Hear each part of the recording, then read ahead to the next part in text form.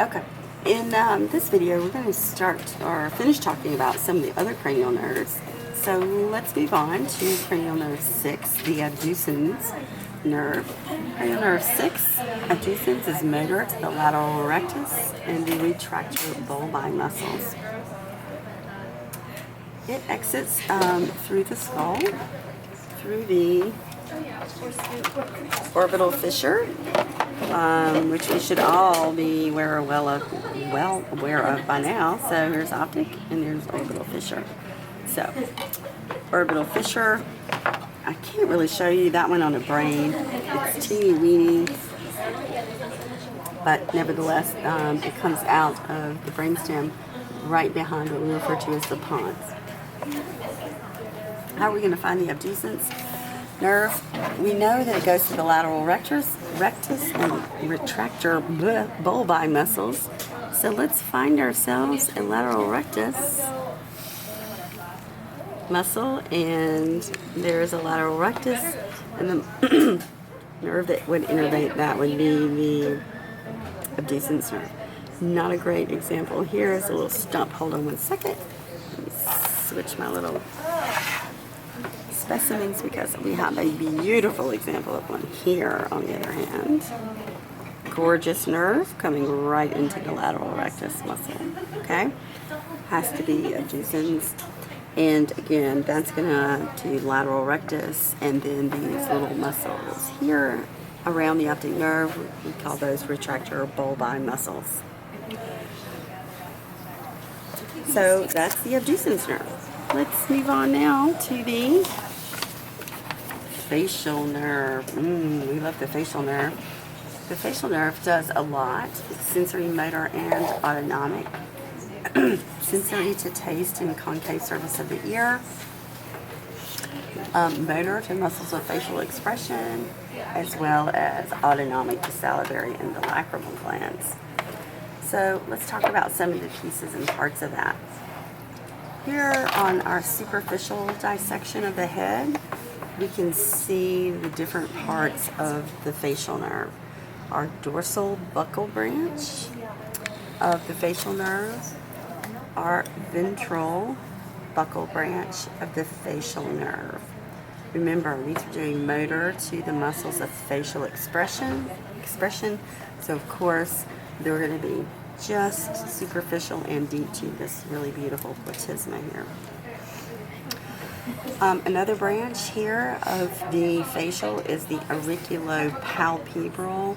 That auriculopalpebral nerve will go to the ear as well as the upper eyelid, so the palpebra.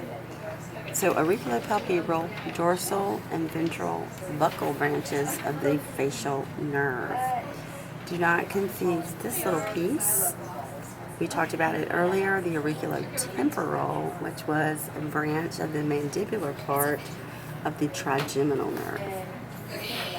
Also, I just want to point out, not to confuse you, that the parotid salivary gland has a duct that crosses the masseter muscle, where we see the dorsal and ventral buccal branches, and it goes right between the two. Oftentimes, it looks very nervy, or much like a nerve, so do not confuse that parotid salivary gland duct with the dorsal or ventral buccal branches of your facial nerve. One of the other nerves that's associated with that facial is that pterygopalatine nerve and ganglion that are very closely associated with that maxillary nerve. And if we looked at our deep dissection, and you can see that maxillary nerve, that pterygopalatine ganglion. Sorry, trying to get that out of the way. And nerve would be running up underneath that. So that would be branches of our facial nerve. Cranial nerve 8 is going to be vestibulocochlear nerve. This is sensory to hearing and equilibrium. Everything about this nerve is going to stay inside the brain case and brain cavity of the petrosal part of the temporal bone and go out into that ear.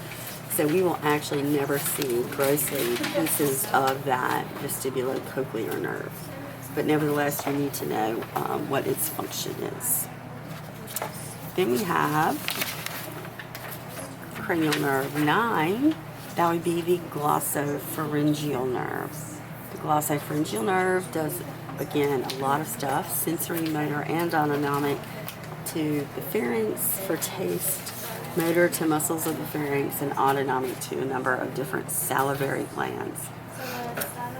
When we look for where that leaves, it's going to leave through a little hole called the jugular foramen. And the jugular foramen is going to be coming right here. Hold on a second, let me see if I can find my little piece of wire.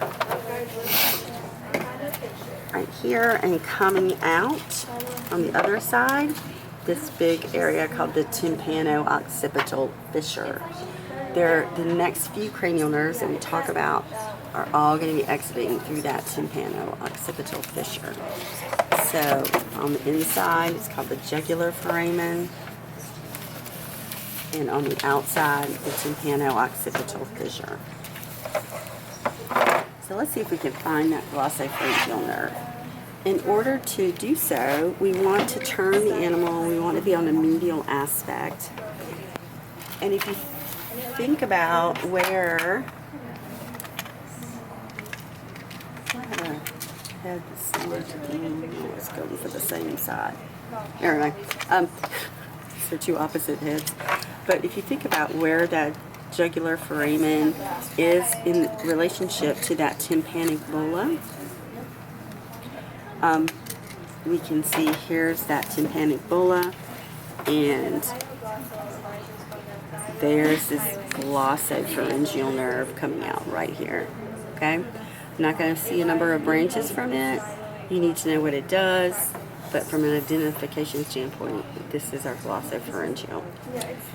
One of the things that we can do to help determine glossopharyngeal is it's always medial to the external carotid artery. Let's see if we can find one perhaps on another cadaver, just to give you a second example, or not.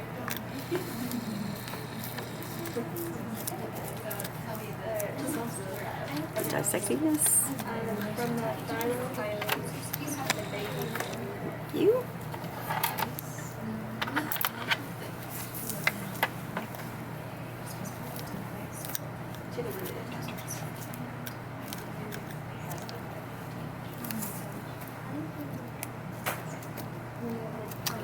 Not exactly happy about it, but that looks glossopharyngeal to me. Very quickly. Coming right out that tympano-occipital fissure, that would be glossopharyngeal. Okay? So two examples of the glossopharyngeal. Our next nerve, cranial nerve, It joins the